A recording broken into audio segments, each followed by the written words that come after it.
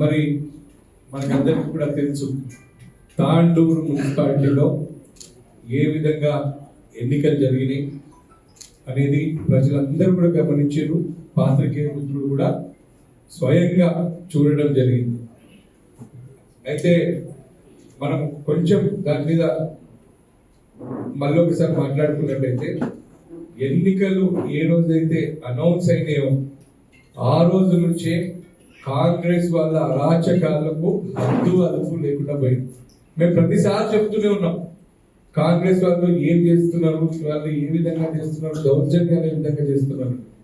ఎప్పుడైతే రిజర్వేషన్లు ఖరారు కాకంటే ముందే మరి అరాచకంగా బెదిరింపులకు అనేది మనము మా నాయకులకు కావచ్చు లేకపోతే ప్రముఖులకు కావచ్చు బెదిరించిన దాఖలాలు మనం చూసినాం. ఎప్పుడైతే రిజర్వేషన్లు ఖరారైనాయో మళ్ళీ వాళ్ళకు అభ్యర్థులు కూడా దొరకలేని పరిస్థితుల్లో మరి మా అభ్యర్థులను కిడ్నాప్లు చేసి ప్రలోభాలకు గురి చేసి బెదిరించి ఇవన్నీ చేసిన సంఘటనలు మొత్తం మీ ద్వారా ప్రజలు కూడా చూసినారు, మీ అందరూ కూడా చూడడం జరిగింది. అయినా నిఖాసైన లీడర్ల లాగా మా బీఆర్ఎస్ పార్టీ నాయకులు కానీ మా అభ్యర్థులు కానీ ఏ ఒక్కరు కూడా వాళ్ళకు లొంగిన దాఖలాలు లేవు.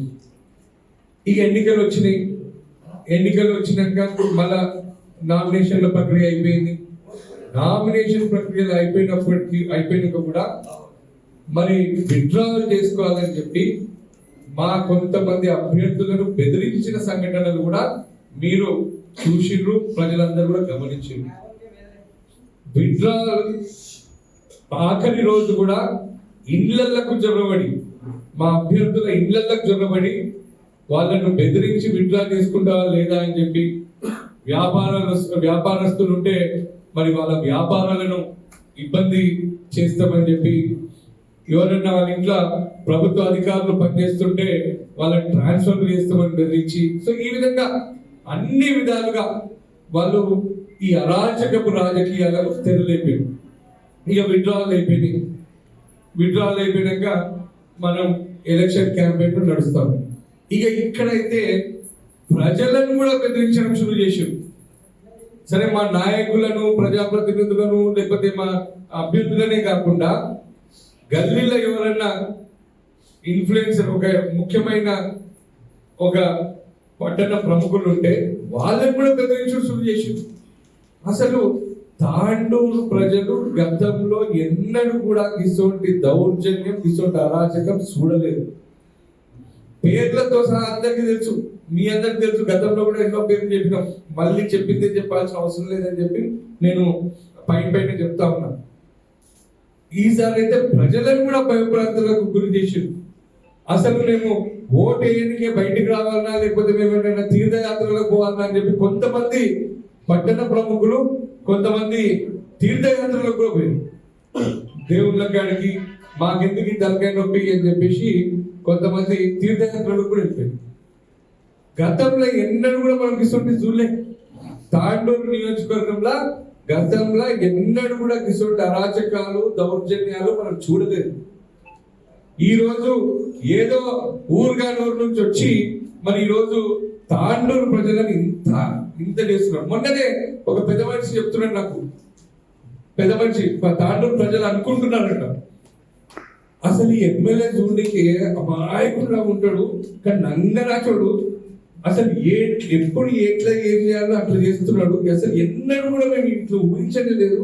అసలు అది ఏం రాజకీయమేమో అందరినీ కథం చేసి పడేస్తున్నాడు, పక్కన నుండి సపోర్ట్ చేస్తున్నాడు. అంటే వాడు కూడా పడేస్తున్నాడు, ఎవరిని బెదిరిస్తున్నాడు, ఎవరిని లొంగదీస్తున్నాడు.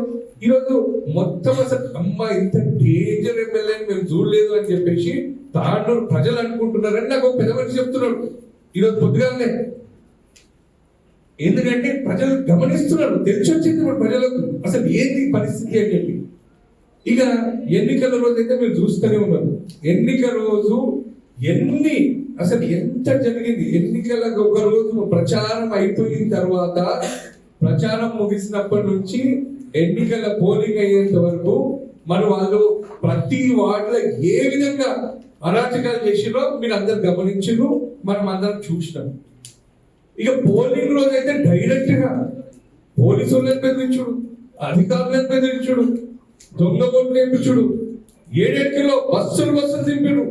ఆ రోజు కొద్దిగా 6:30 ట్రైన్ చూస్తే అది 7 చిచ్చోకి 7 వచ్చింది. ఆ ట్రైన్ 7 వచ్చింది కదా, కొద్దిగా ట్రైన్ ఏదో వచ్చింది కదా ఆ రోజు. చితాపూర్ ట్రైన్ మొత్తం 800 మంది దిగారంట. ఆ రోజు మొత్తం ట్రైన్ అంటే దిగొచ్చి ఎవరింట్లో ఇప్పుడు ఆ వార్డ్ నెంబర్ 22 ఒకటి, వార్డ్ నెంబర్ 29 ఒకటి, ఇట్లా కొన్ని పాకెట్లు ఉన్నాయి. మొత్తం తిరిగి వచ్చేసి ఏదో బంది పొట్లను దాచిపెట్టి ఇద్దరిని ముగ్గురిని బయటికి పంపించి ఓట్లు వేయించుకున్నారు. దొంగ ఓట్లు. ఎందుకంటే వాళ్ళకి తెలుసు ఓడిపోతున్నాము, ప్రజలు పక్కాగా బీఆర్ఎస్ పార్టీతోనే ఉన్నారు, పక్కాగా నరసింహన్ చైర్మన్ చేద్దాం అనుకుంటున్నారు, అధిక స్థానాలు బీఆర్ఎస్ గెలవబోతుందని చెప్పి ఇక వాళ్ళకు ఇక బర్దాష్ కాక నిద్ర పట్టక అసలు ఇక మొత్తం వాళ్ళు ఎన్ని తెగించాలో అన్నిటికీ తెగించిండు అని చెప్పి ఈరోజు పొద్దున పెద్ద మనిషి చెప్తున్నాడు. అమ్మ డేంజర్ సిద్ధపూస అనుకున్నాం, వచ్చినప్పుడు ఏదో మంచి చేస్తారు అనుకున్నాం, కానీ ఈయన చూస్తేనేమో మొత్తం అసలు ఉల్టా. ఇంకో సామెత కూడా చెప్పిన ఇక్కడ వస్తలేదు, కానీ మళ్ళా నెక్స్ట్ టైం ఎప్పుడైనా అడిగి మరి చెప్తాను. అయితే పోలింగ్ అయిపోయింది.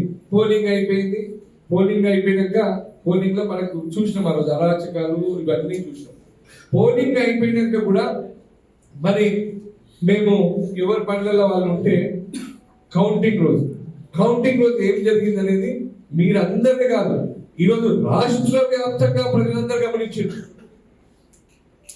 వార్డ్ నెంబర్ 2 కౌంటింగ్ జరిగినప్పుడు మీ వాట్సాప్ గ్రూప్లలోనే పాత్రికేయ మిత్రులే వేసారు. ఫస్ట్ 2వ నెంబర్ వార్డు 24 ఓట్లతో గెలిచిండ్రు అని చెప్పి ఫస్ట్ వేసారు. మళ్ళీ ఏదో రీకౌంటింగ్ పెట్టేసి 220 ఓట్లతో కాంగ్రెస్ వాళ్ళు గెలిచిండ్రు. అది ఏమన్నా గ్యాప్ ఉంటే 10 ఓట్లు, 15 ఓట్లు, 5 ఓట్లు, 6 ఓట్లు ఉంటాయి. 220 ఓట్లు ఎట్లా తేడా వచ్చినాయి అని చెప్పి ఈరోజు అడుగుతున్నారు. ఆ రోజు అడిగితే పోతే పాపము వాళ్ళ అభ్యర్థి వాళ్ళ భర్త ఆయన నూకేస్తున్నాడు కొంచెం. అది అభ్యర్థి వాళ్ళ భర్త అడగకపోతే ఆ వీడియో చూస్తా నేను, అది మన మీ గ్రూప్లలోనే వచ్చినాయి. ఇంత అరాచకమా? సరే, ఆ రోజు కూడా అధికారులని దుర్వినియోగపరుచుకున్నారు.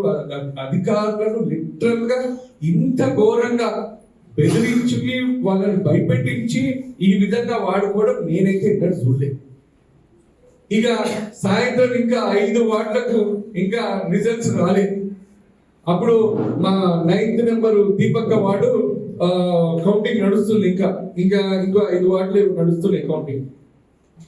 ఆశ్చర్యం ఏంటంటే